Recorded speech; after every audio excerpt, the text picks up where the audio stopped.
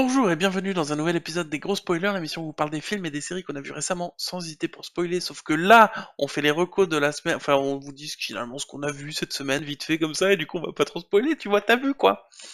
Bonjour Stéphane. Bonjour Gauthier. Non, on ne va pas spoiler. Aujourd'hui, on va vous parler de 4 choses qu'on a vues cette semaine. C'est ça. La première, c'est qu'on a fini la moitié de la saison 4, donc tout ce qui est sorti finalement, de Ça. l'Attaque des Titans. Ça. Moi, j'avais eu du mal à reprendre, j'avoue. J'avais pas vu la saison 4 et j'ai toujours du mal à reprendre l'attaque des Titans parce que je trouve que c'est fastidieux de re-rentrer dedans à chaque fois parce qu'il faut Parce se qu'on peut en remémorer sortir. tous les événements, bah oui, sauf qu'il se passe un an entre les saisons, quoi. Donc, euh, donc voilà. Donc j'avais mis un moment et toi, t'as regardé les 4 saisons à peu près 6h30. Euh, et du coup, ça m'a poussé à te rattraper pour qu'on puisse en parler. Et on a fini la saison du coup. C'est ça. C'est ça, c'est ça. Et franchement, Et franchement, c'est du ah bon, bah, hein. C'est du ouais, c'est très, bon. très bon. J'avoue, hein. J'avoue, c'est tellement bon que j'ai commencé les bouquins, quoi. Ah, ouais, Alors c'est très bien. Moi, j'ai quand même un défaut que je trouve toujours à la série, c'est la gestion temporelle du truc qui est très importante dans la série et qui fait que ça avance beaucoup et c'est très intéressant et que l'univers évolue beaucoup. C'est super bien intéressant. Mais dans l'animé, et depuis les premières saisons, je trouve que c'est fait de façon brutale et sans aucun indice, ni visuel, ni rien, Mm. qui fait que les quelques premières secondes ou minutes, quand ça a changé de temporalité, tu te dis mais attends, quand est-ce qu'on est? Est-ce qu'on est dans le futur? Ok, a priori on est dans le futur. D'une semaine, d'un an, de 10 ans peut-être? Ok, alors ah non, là on est dans le passé, c'était peut-être il y a 15 ans, on sait pas, ou c'était il y a 3 semaines, on sait pas, on ne sait pas, on ne sait jamais. Voilà. Et ça c'est un peu relou. Mais sinon, une fois qu'on est passé au-dessus de ça, effectivement je trouve ça super. Et à chaque fois, quand on regarde un, t'es obligé de les enchaîner, quoi. Ouais. Ah, ouais, mais j'avoue que oui, par contre, enchaîner, ouais, pour moi, c'était obligatoire. Je pense que Mais oui, bon, j'ai commencé, pourtant j'ai commencé. Je me souviens, j'avais commencé la saison 1 pendant le confinement, pendant le premier confinement. J'avais commencé la saison 1 et je pense que je m'étais arrêté dans ces épisodes où encore t'es pas tellement emballé dans le machin, ce qui fait que tu peux t'arrêter. Voilà, donc je m'étais arrêté et puis, quand j'ai repris et l'emballement du truc, je pouvais plus mm. m'arrêter. Ah ouais, c'était inconcevable, Julien vraiment. Flier nous confirme que c'est pareil dans le manga, le truc de la temporalité, et que c'est vraiment volontaire de la part de l'auteur. Mmh. C'est possible, hein, mais du coup, ça rend ça difficile à suivre, surtout quand tu regardes la saison 4 qui se passe après la saison 3, du coup, forcément, mais qui se passe pas du tout dans la même temporalité. Si la saison 3, tu l'as vue l'année dernière, ou l'année d'avant, enfin pas l'année d'avant du coup, mais l'année dernière, et que tu t'es pas repris le dernier épisode pour te remettre dans le bain, parce qu'il n'y a pas de previously, Mmh. ah bah franchement, la saison 4, le premier, voire les 2 premiers épisodes, je me suis dit, mais je ne comprends rien de ce qui se passe, quoi. Je me souviens, tu m'avais envoyé un message d'ailleurs. J'ai dit, mais où ils vont avec ça? Je ne comprends rien, je regarde pas le même, je sais pas. Voilà. Mais voilà, mais sinon ça vaut vraiment le coup, donc regardez-le. Ouais, mais carrément, carrément. Et Fabzet nous dit, voilà, j'ai vu un ou 2 épisodes et j'ai pas été emballé. Et justement, Fab, je pense que t'es dans le même truc que moi j'étais. Une fois que t'as passé l'épisode 7, après, tu vas voir, tu ne peux plus t'arrêter. Donc, si vraiment t'es intéressé dans le truc et que t'as quand même réussi à un peu rentrer dans l'histoire, continue vraiment jusqu'à l'épisode 7. Et si après l'épisode 7, t'es pas emballé, arrête, d'accord, mais si après l'épisode 7, Une c'est autoroute. ouais, ouais, ouais, tout s'emballe et puis tu te dis: «Je peux plus m'arrêter, quoi» et il y a des moments, tu vas t'arrêter à la fin d'un épisode et tu vas dire: «Non, mais non, non, je suis obligé de lancer l'autre C'est épisode, je ça, ouais. suis obligé». Psychologiquement, tu es obligé. Et Voilà. sans pour autant qu'ils utilisent les. Bon, là, on en parle trop, du coup, on pourrait faire une critique dessus, mais sans pour autant d'utiliser trop les cliffhangers. C'est juste que t'as envie de savoir ce qui va se passer après, quoi. Mais exactement, exactement. Et c'est ça que j'ai aimé, c'est que c'est pas forcément tout le temps du cliffhanger, mais franchement, c'est oh ouais, non, c'est un bonheur, j'avoue, une tuerie, une tuerie. Ensuite, tu as vu, en parlant de tuerie, Le Serpent sur Netflix. Effectivement, effectivement, j'ai vu Le Serpent sur Netflix qu'un collègue m'a conseillé.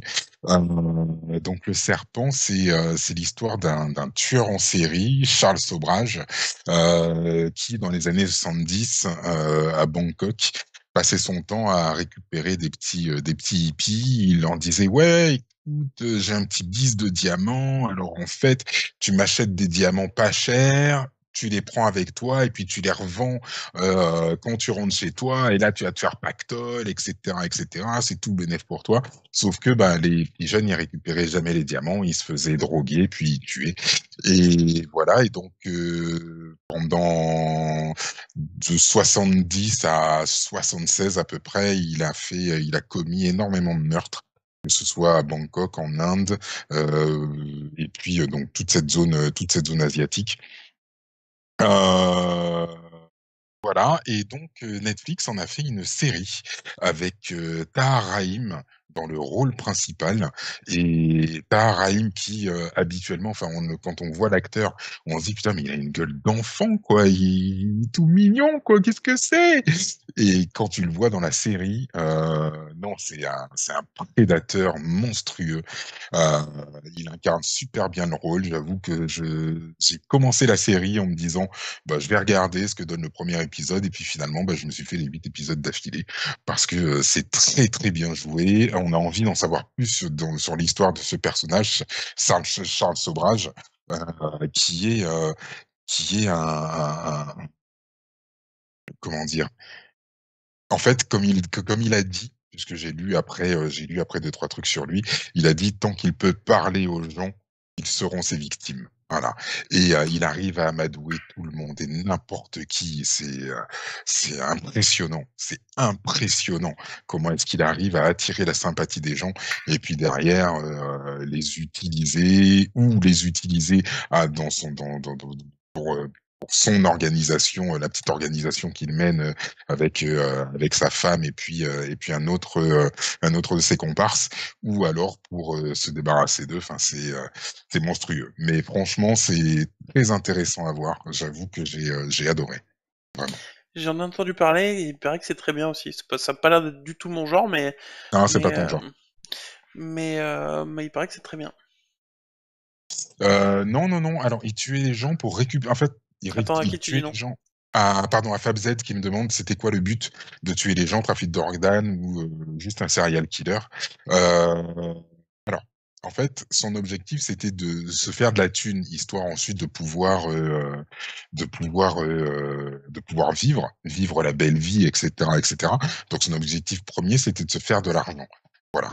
Et puis, il y avait des petits trafics effectivement de pierres précieuses derrière, mais son objectif premier, c'était juste de se faire de l'argent. Il n'avait pas vraiment plaisir à tuer Enfin, les gens. Donc, c'est pas un tueur en série comme on les imagine, quoi. C'est juste c'est ça, qu'il tuait en série, visiblement, mais parce que ça l'arrangeait, quoi. c'est ça. Il tuait en série parce que ça l'a rongé.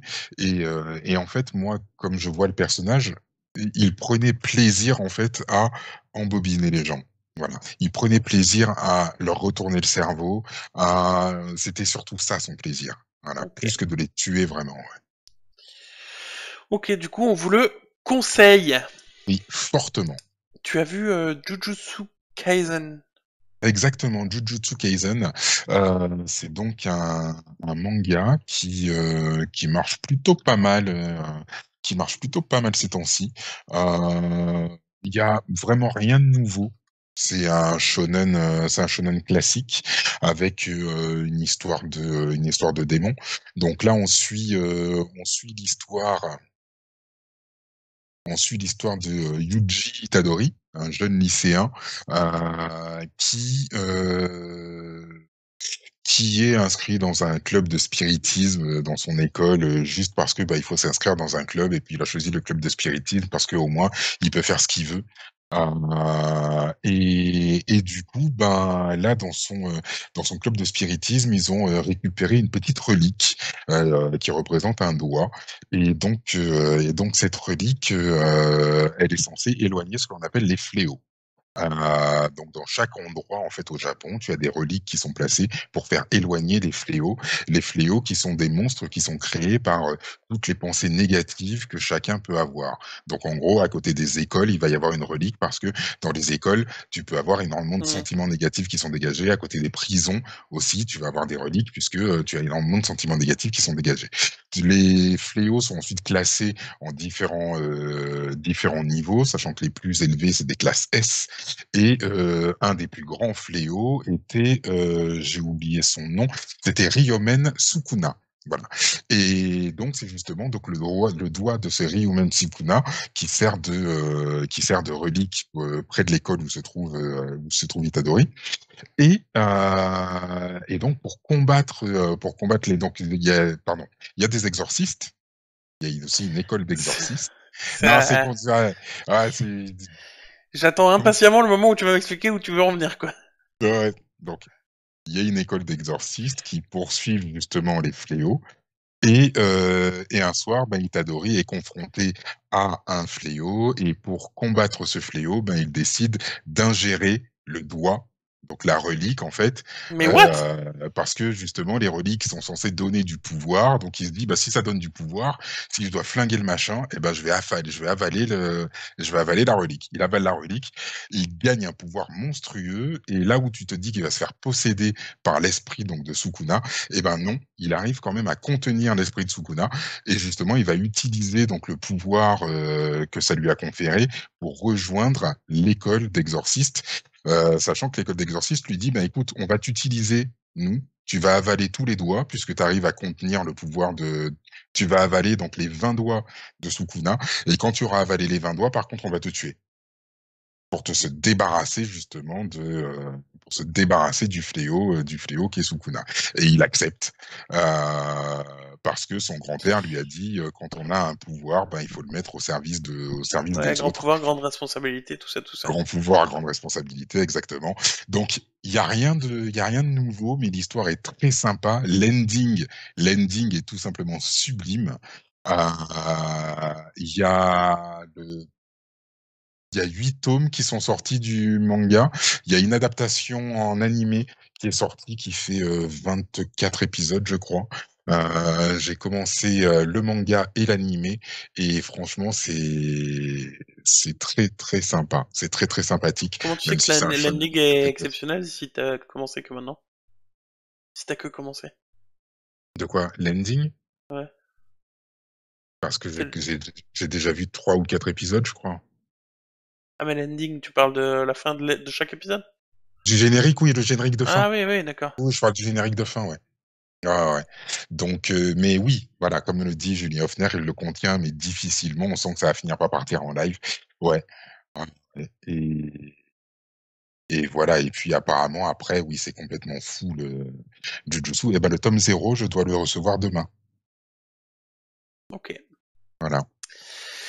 Et donc toi, t'as vu tout ça, et moi j'ai vu quand même HPI, au C'est ça. potentiel intellectuel, avec Potentiel l'actrice intellectuel.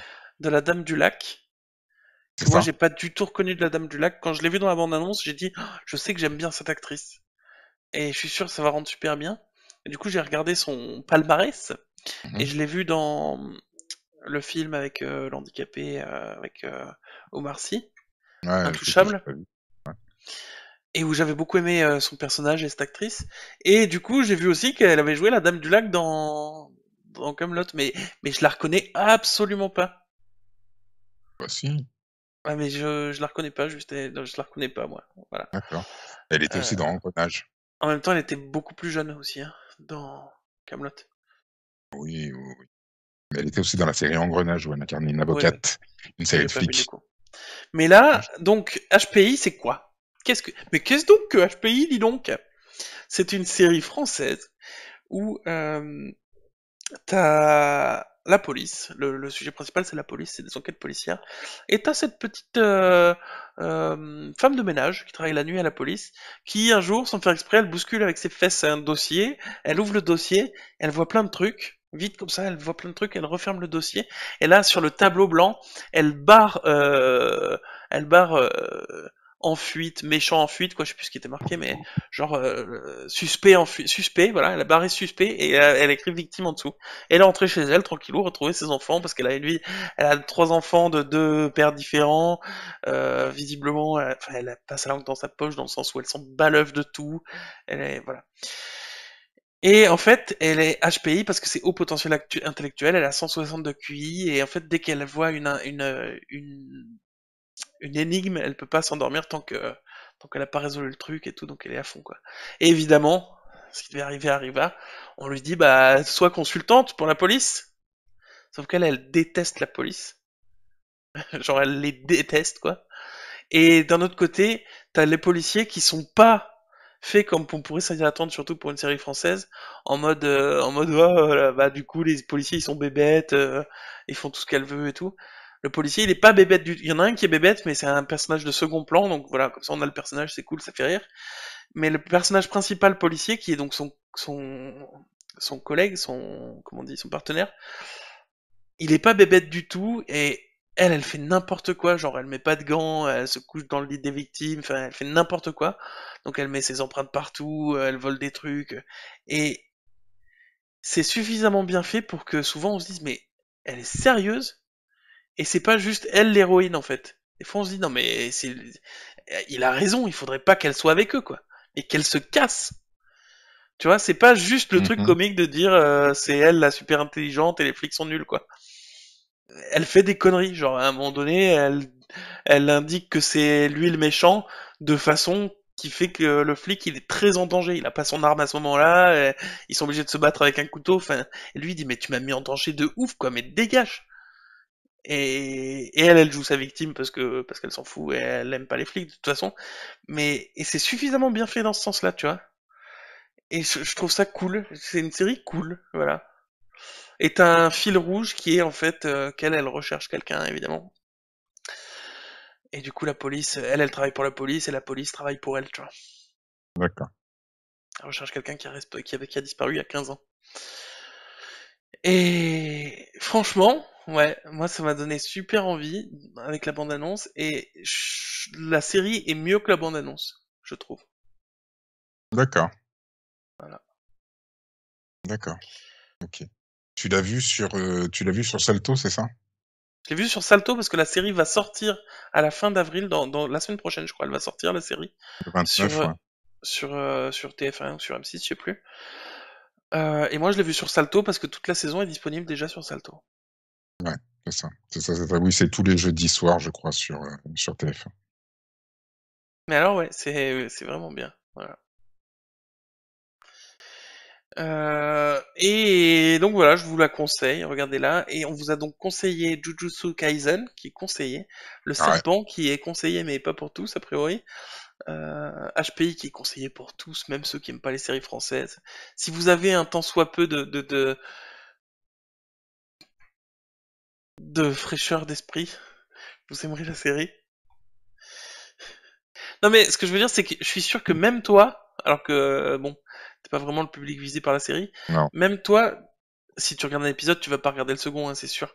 Mais par non. contre, je pense que si on regarde un épisode à la maison et que t'es là parce que tu manges avec nous, ça te dérangera pas parce que c'est pas tous les soirs et que parce que tu vas pas regarder toute la saison, ça te dérangera pas de regarder l'épisode et tu pourras potentiellement le regarder volontiers et rigoler avec nous en le regardant, Oui, quoi.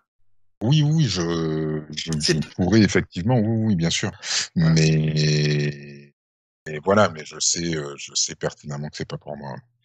Puis il y a des trucs super cool parce que elle quand elle dit ce qui s'est passé ou en disant mais ça va, enfin elle est pas passée là en disant fuck à son rideau quoi.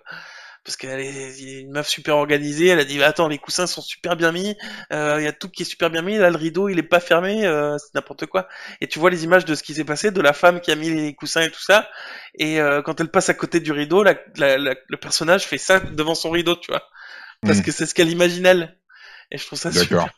Et il y a plein de trucs comme ça, où à un moment donné, ah bah on se croirait dans les experts. Et tout à coup, t'as le générique des experts, mais avec les personnages de... Il y a plein de trucs comme ça. D'accord. Donc voilà, c'est... Bref. Je suis à fond sur cette série, je suis derrière cette série. C'est ce J'en que je fais les vois. critiques. C'est ce que je vois. Et voilà, on va finir cet épisode là-dessus. On va Mmh. pouvoir se retrouver bientôt pour des critiques de séries, des films qu'on a vus, et notamment Falcon and the Winter Soldier, le dernier épisode qui sort ce vendredi. Donc ne ratez pas ça. Exactement. Et donc on va se retrouver pour ce prochain épisode très bientôt, parce qu'on a des gros spoilers. Et qu'on aime ça.